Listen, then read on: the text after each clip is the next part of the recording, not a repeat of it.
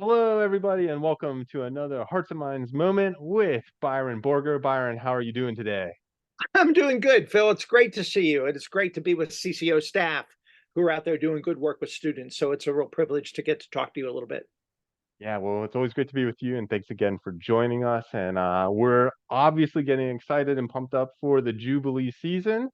And looking forward to that. But I wanted to do a quick check-in too and just see how Christmas was. And did you have a favorite gift that you received or a favorite gift that you gave? Oh my. Well, I'll tell you what, this is sort of a stupid story, but when our kids were little and we work in retail, we're super, super busy, even up into Christmas Eve, and then the day after Christmas, there's often sales and stuff. And so we're pretty exhausted and don't do a lot of gift giving. We don't want to make the holiday about that. But we decided what we would do is we would give our kids their gifts when they were little at Epiphany, which is when the wise men come, and the wise men are giving gifts to Jesus. So we were trying to think theologically about why we give gifts anyway at Christmas. And so we taught our kids to wait. They would get gifts from their grandparents anyway. So we would do this like Hanukkah, we would do this gift giving thing over a period of 12 days of Christmas. And we don't do that as much anymore. Our kids are scattered, but our youngest daughter, Stephanie, who has a great sensitivity to the liturgical calendar and the church here, always gets an Advent gift and both an Advent gift and an Epiphany gift. And for Advent, I gave her Tish Warren Harrison's little book called Advent in this Fullness of Time series that Esau McCulley's putting together about the different moments in the church year. And then, of course, at Epiphany, Fleming Rutledge has the little Epiphany one. And the fact that my oldest daughter, Stephanie, cares about this kind of thinking about time in a Christian way and how the counting our days through the life and death of Christ really is a way to sort of keep the secular creep at bay and think Christianly even about time. So we celebrated Advent, we celebrated Epiphany, and there's also a little Christmas book in that same series. So that was something I just really enjoyed sort of doing and thinking about the way Advent and Epiphany and the wise men and all that is so important to the bigger story of Christmas. My birthday's in there. You got New Year's. So, it's a great season and we're happy. But those little books in the Fullness of Time series were something that we gave to our oldest daughter, and it meant a lot. She enjoyed them. That's awesome. Yeah, tons of celebration there on Yeah. your side.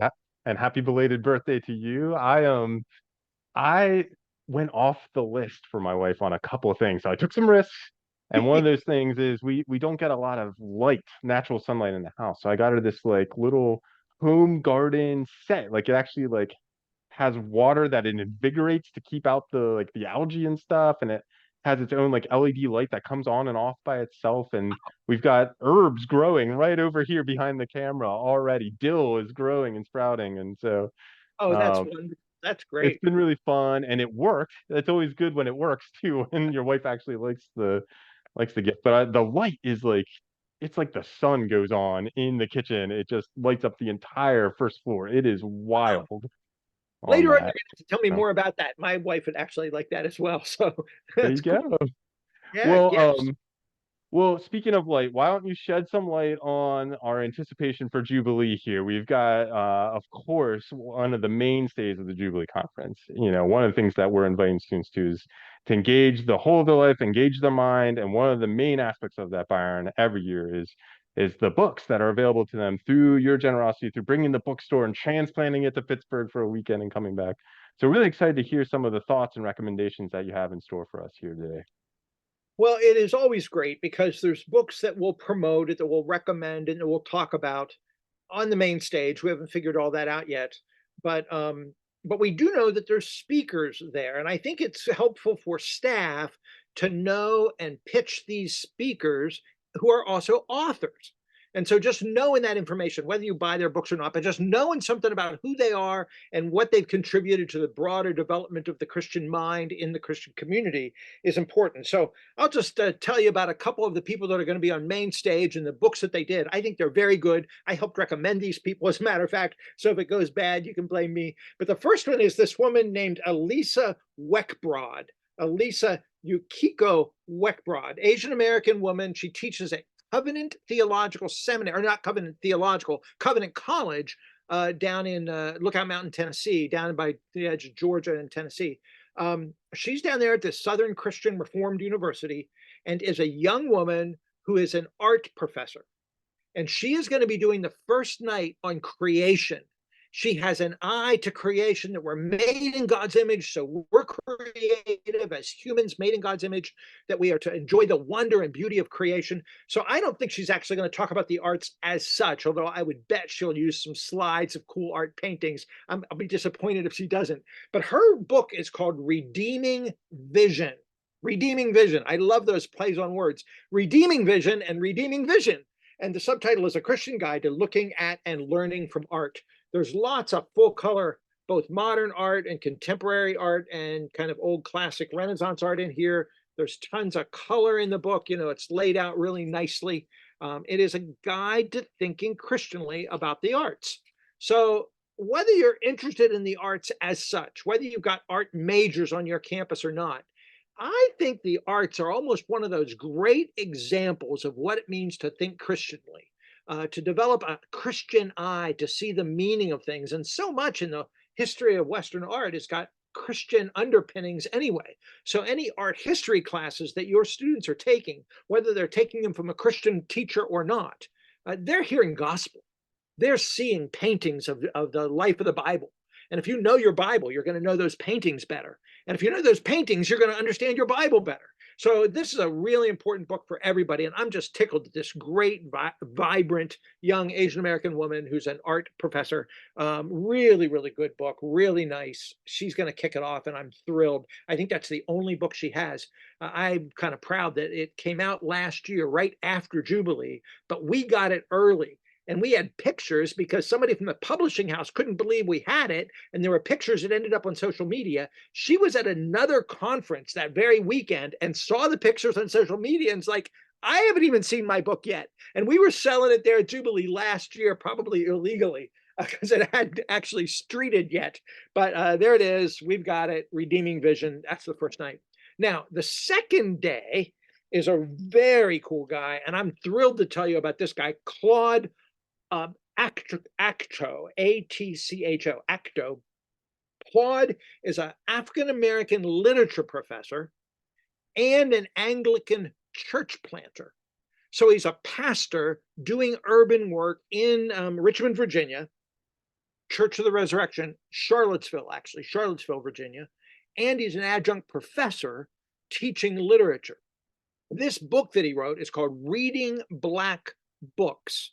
And it's about why all of us, no matter your race or background, but particularly white folks, really ought to pay attention to novelists like James Baldwin, like Zora Neale Hurston, like Toni Morrison.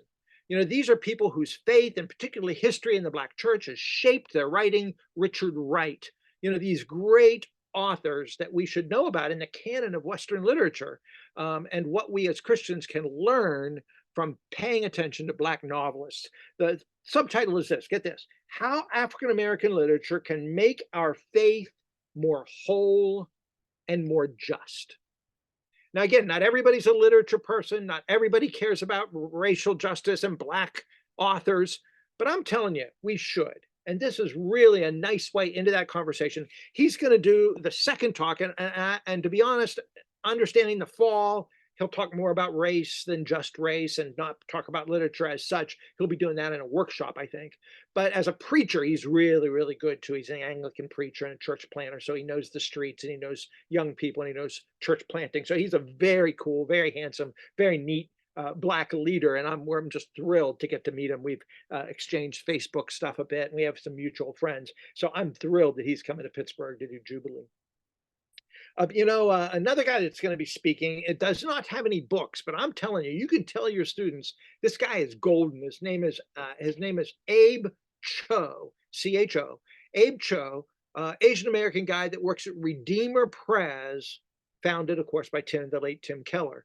So there's some distinctive CCO connections there with Keller's background in Western Pennsylvania and his wife coming to what eventually became Jubilee back before it was. So there's some neat Keller-esque connections there, but also some of our former employees like Scott Cagaro, who ran the Jubilee Conference, worked for their Center for Faith and Work, and that's how he got to know Abe.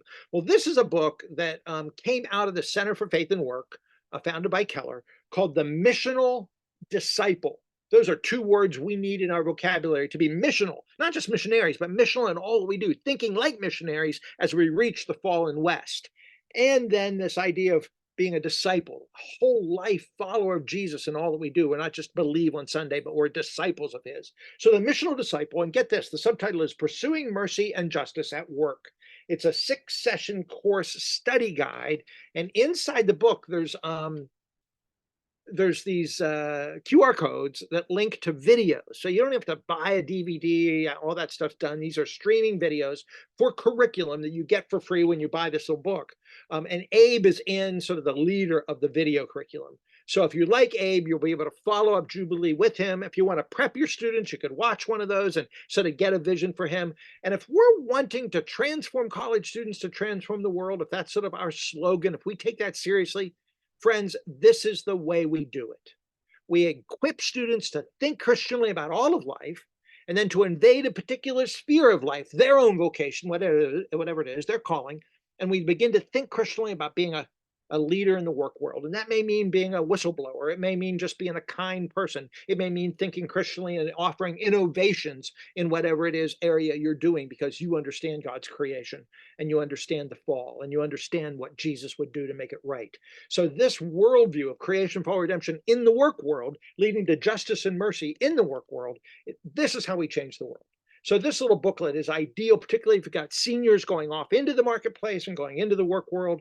And Abe chose one of the main guys in this in the video. He helped put it together, the missional disciple. So there's 3 of our 4 main stage speakers, each who have books.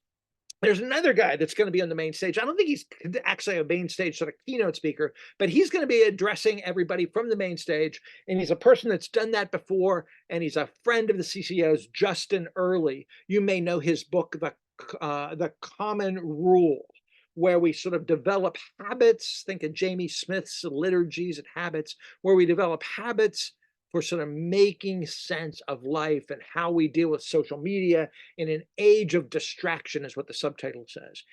This book was a seller when he was on stage just a little bit a couple of years back, about 4 years ago. It had just come out. We sold out of it. Students loved it. It's now out in a hardback. They let the paperback go out of print, a couple bucks more, but there's a study guide in the back.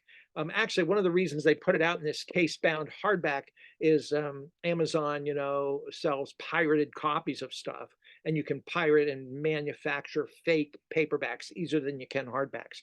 And so InterVarsity has had to keep the pirates away and keep Amazon at bay. They've had to put out hardbacks. But so they put it out at just $1 or so more, but there's a study guide in the back. So it's an expanded version. And this is his book that every student should know as they develop sort of habits and a rule of life, is how the old monks put it, a rule of life about what they're going to do every day, what they're going to do every week, what they're going to do every month. They set some guides. There's some neat charts and graphs in there. His most recent one, by the way, is called Made for People, which is about loneliness. That when we develop a rule of life about making our life more sense so we can flourish in this age of distraction, we find that we need to do that with others. Out of that book, he developed a rule of life for families, but he realizes a lot of people who aren't in immediate families, married with little kids. And so we are forming a new families together as Christian communities. And so this is literally what it means, that we're made for people, that God wants us to not drift into loneliness, and how we can fight, he calls it, for a life of friendship. It's a radical, serious, wonderful book. And he's a neat guy. He's a lawyer. I'm thrilled that he's going to be at Jubilee. So that's another title of somebody that is pretty exciting. Well, that's the main stage stuff. You know that the small workshops have tons of workshops, lots of people. I happen to know what some of them are going to be. Like Sam Levy's doing one on food. He hasn't written on that himself, but I know what books he's going to recommend. I mean, there's a lot of stuff like that that are sort of smaller books. Let me just tell you about 3 I think we have time for, of people that you should know about. Alan Noble has been there for the last year or so. And Alan writes about kind of Christian thinking about the culture, sort of cultural engagement, sort of broad sort of strokes of how to engage the culture in but not of the world. He's really good. He's also really funny. He's sort of got this dry wit. And he's also struggled seriously with depression. And last year at Jubilee, he was speaking about history or culture or something, but he also mentioned that he will have a book coming out later in the year. I got a copy of an advanced manuscript at Jubilee that he shared with me that at the book table. And the book eventually came out, and some of you know about it. I think I talked about it this summer when we were together. It's called On Getting Out of Bed.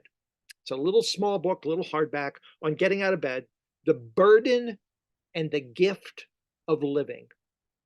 There's a certain burden for some of us, and all of us feel the weight of sin. Some of us carry other people's sin on our shoulders, the sadness of the world, the wars, and so forth.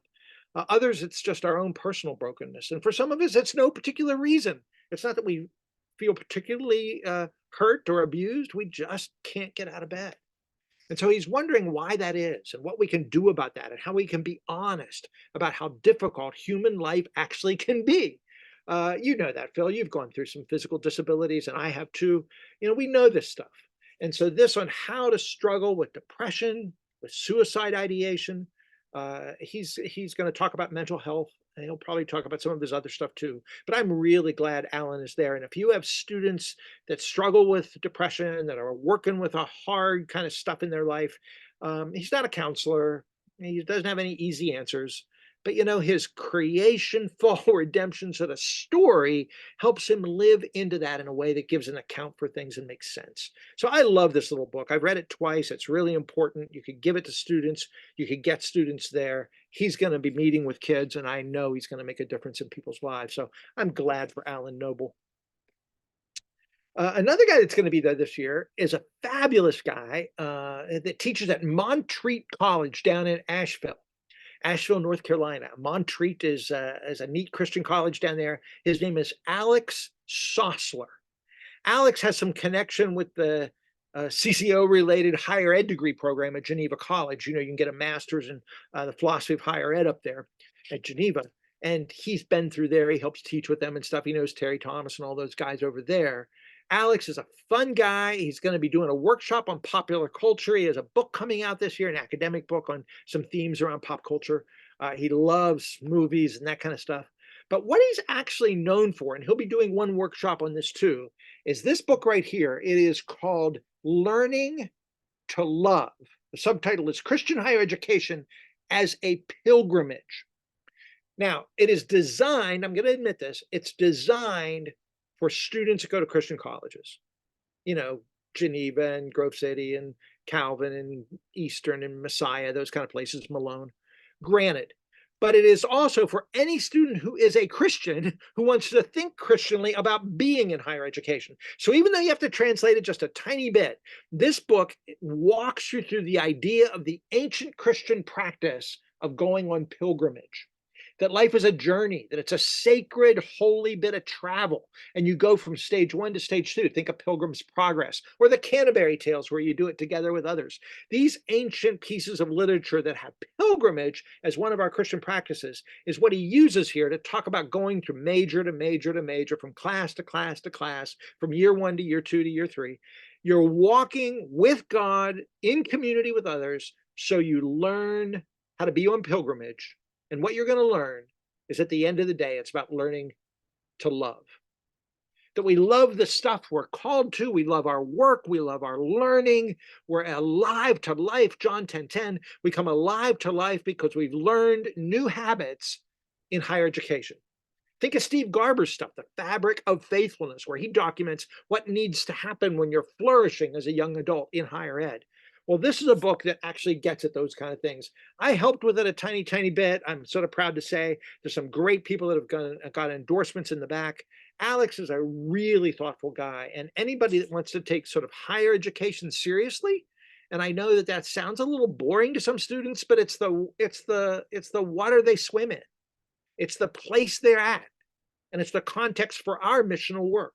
So I want to highlight Alex Sosler's book, Learning to Love, which is about learning in higher education.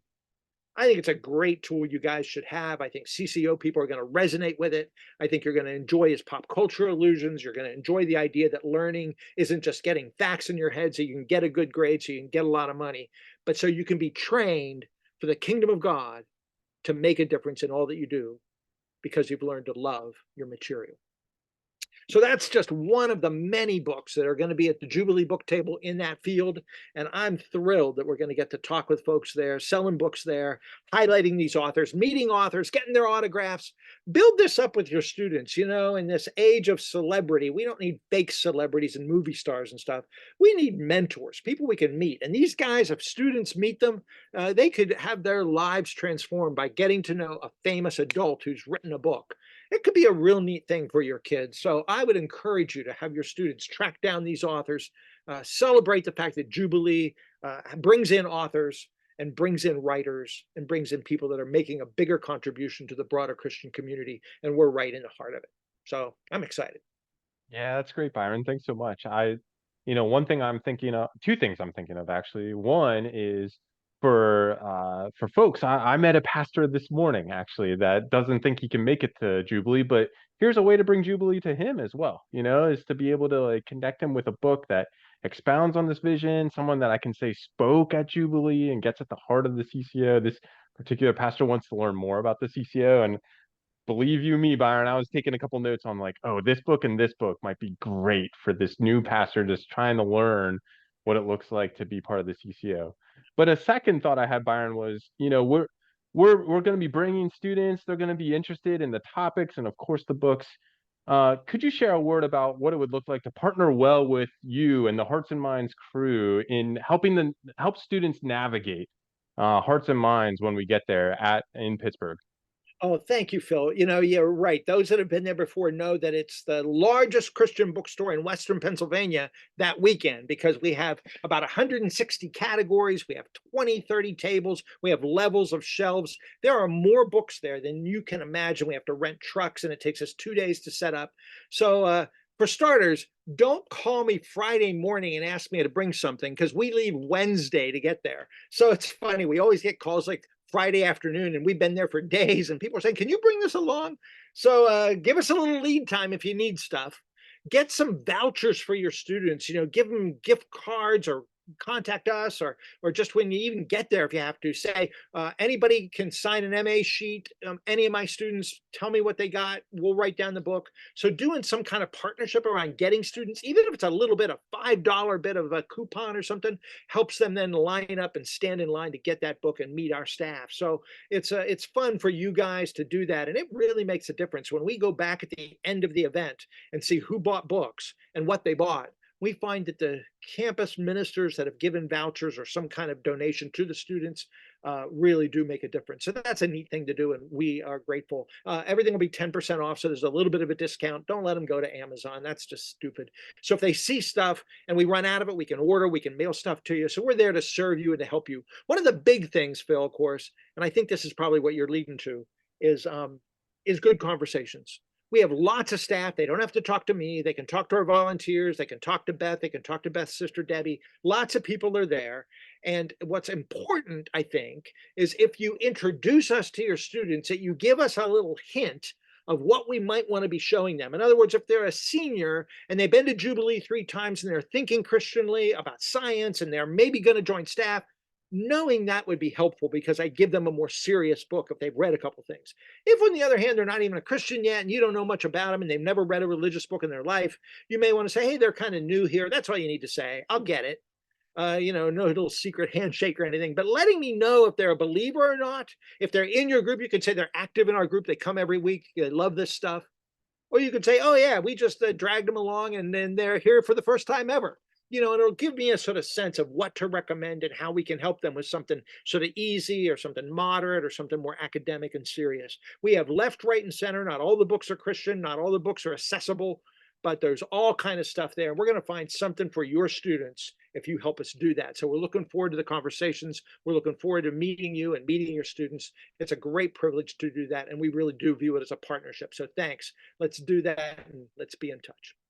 Yeah, great. Thanks, Byron. One thing I even caught myself doing last year, because I couldn't walk all of the students that I was interacting with to the table. I said, hey, when you go, right? So even instructing the student themselves, when you go, ask this question and someone will help you. I mean? So kind of equipping them with the words. The one of the students came to my sports breakout session, but wanted to get more into psychology so she could be a good coach. And I was like, well, you want to make sure to ask about psychology and coaching then, not necessarily sports to help you find the book. So feel free, staff, to Exactly. coach your student as well if you don't have the bandwidth to, guide each and every one of the students that you have entrusted to you that weekend around the bookstore. But overall, we know that faithfulness is pursued together, and we're so happy again, Byron, to be able to pursue faithfulness with you that weekend, and of course, with all the staff and all the volunteers. We're just so blessed to be able to have Hearts and Mind, you and Beth, and the whole crew that you get volunteering with you. So if there's anything else that we can do as staff as well to make the weekend great for the students primarily, but also for you, please just send us notes, and we'll be happy to help out. Well, Any last word from you, Byron? just keep praying. Yeah, great, great. Well, thanks so much for listening. We'll look forward to connecting with you again, Byron, and you again, staff, and other listeners as well. We're happy to bring this to you. And as always, if you have any questions at all for Byron and his crew, just shoot him an email. Byron and Beth are great at making things great for us as staff to be able to help get books into the hands of students, but also church members, anything else in a fitting way. And I've always really appreciated that. So thanks so much, Byron. Thank you. Great talking to everybody.